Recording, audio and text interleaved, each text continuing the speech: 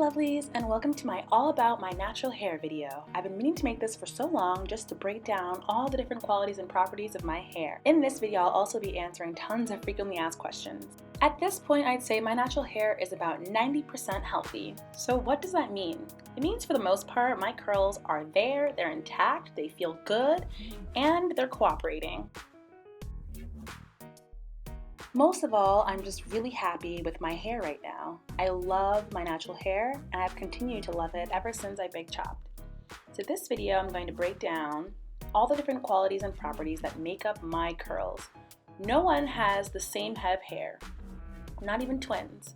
There are different properties that you can see and can't see that make up the way your hair behaves, reacts to products, reacts to styles. So the first property is length. I've been growing my hair since I got my last relaxer October 2013. In October 2014, I did my big chop. So I've been growing my hair for about 31 months at this point, or almost 3 years. And I've been natural for almost 2 years. Right now, my curls are somewhere between shoulder length and APL. The next property I'm going to talk about is density. That's like how many hair strands you have in one area. So as you can see, if this is your scalp, there are more hair strands together, means your hair is more dense. You have more hair strands than other people. I have thick hair. They say you can judge your thickness by the size and thickness of your ponytail. Well, let's just say I've broken way too many ponytail holders. I have a lot of hair and you can barely see my scalp. They're all very closely packed together and I have lots and lots and lots of strands.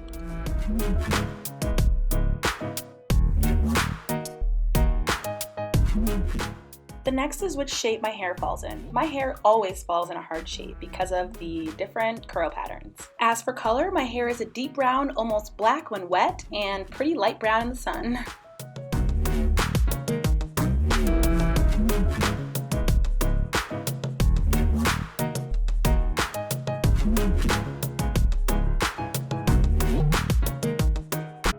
The next property is curl type. Be sure not to mistake this with curl pattern. I'll be using the two different terms in this video. Curl pattern is more the frequency of your curls. The curl type that I'll be referring to is what kind of curls do I have. Are they curly? Are they kinky? The curls essentially go around and around like in a circumference, and kinks wrap around themselves. The most easiest thing to compare kinks to is if you grab a towel and twist it in the opposite direction from both ends. That way you get some sort of a kink. So I wonder, what do we think my curls are? Kinky or curly? Well, some are curls and some are, you guessed it, it's a trick question. Kinky curly. Yes, that's an option. Your hair can be curly, your hair can be kinky, but your hair can also be kinky curly. What that means is that these curls not only wrap around themselves like the twisted towel, but then they go around in a circle after that, wrapping and circling at the same time. Here are some of my curls, and here are some of my kinky curls. Next quality is a curl pattern, or the curl frequency. Most of you guys might be used to seeing this kind of chart, but who can keep up with that? I like to use something more simple. It's called Lois. This is where you physically take your curls and see which letter matches up to your curl pattern. If you see majority of right angles, then that would be L. If your hair curls or coils significantly into an O, that would be O. If they lie flat against your head, that would be I. And if there are significant waves with ups and downs, then that would be an S. A significant amount of my hair, or the curly portion, are S curls. As you can see, they have nice big bumps and dips. And the rest of my hair, the kinky curly portion, are OLs. So you can have combinations of two letters. My hair has a lot of right angles and circles. So my curl patterns are actually separated into a mohawk shape. That's what's very interesting about my hair.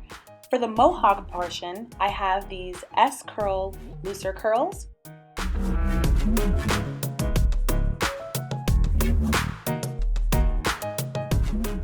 And for the rest of the non-mohawk portion, I have these kinkier OL curls.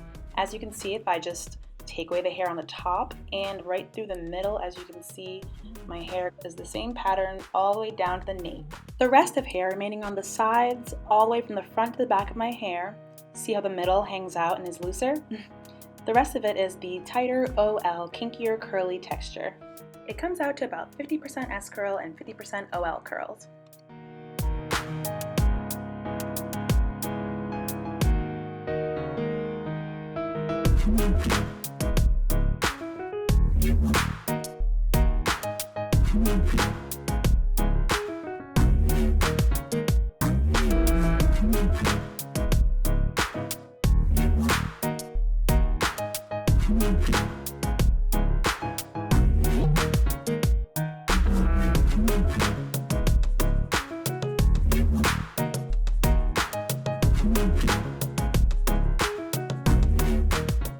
As for the size of my curls, the S curls are about the size of a Sharpie. You can see how you can fit a Sharpie in one of those bumps there. That's how you can determine the size. And the smaller OL curls are about the size of a matchstick. You could probably fit a matchstick right in there.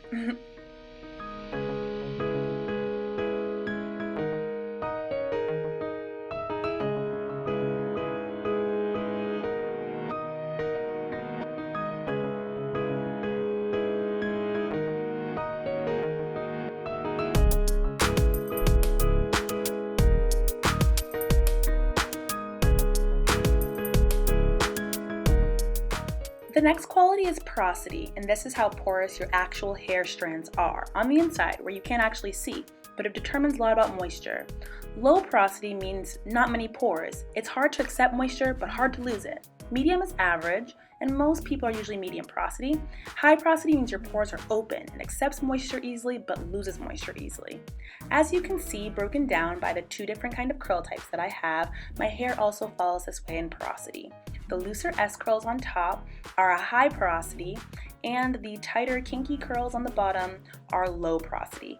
How do I know this? Well, if you see that your hair reacts differently to products, then it's probably the porosity. The top part of my hair reacts differently to the same products that the bottom of my hair uses. Additionally, it takes longer for the back of my hair to dry. The top of my hair gets frizzier because of the fact that it accepts so much moisture throughout the day, and I can apply a lot more direct heat to the back of my hair without getting damage as easy as the front of my hair. The next quality is width, and this is the actual width of each hair strand. It ranges from fine, which is very thin, to normal, which is about the thickness of a thread, and then coarse, which is thicker than a thread. I would say that all of my S curls are just a regular medium thickness. A lot of the times I can see the strand looking a lot thinner than the back strands because a lot of the OL curls are definitely coarse. Next, I want to talk about breakage. Breakage is where your hair breaks at some point without the hair bulb. This is usually done by some sort of physical damage to the hair. You can see here the only breakage I have is in the front on one side. It's very clear that it's broken off, and I know exactly what it's from. A lot of times I will part my hair very tightly there, especially with flexi rods. This is something I'm learning not to do ever since I got breakage. The next aspect of my hair is if I have any heat damage. This is what happens when your curls are permanently altered by using too much direct heat, and it is not curable. This I've probably had happen to me because of the flat ironing that I did on my hair in December and in June. Along with the breakage that I showed you, the front edges of my hair experienced some heat damage. Only for the first maybe inch or two. It stays straight, it's not very noticeable, and I just try to hide it. I have a little bit here on the end. It's not too noticeable, but it does hang longer. And you can tell it's heat damage when it stays frizzier and the curls won't return as well anymore. And the last most significant piece of heat damage was in the back. I'm likely going to cut this piece off because there isn't much that you can do for it anymore. So that pretty much wraps up all the different qualities about my hair, and the main thing that I would say my hair is wild. Just like a lion's mane, my hair is untamable, crazy, unreliable, does whatever it wants, has a mind of its own, and is so much fun. But most of all, my natural hair is who I am, and I absolutely love it. Thanks for stopping by, everyone, and I'll see you all in my next video.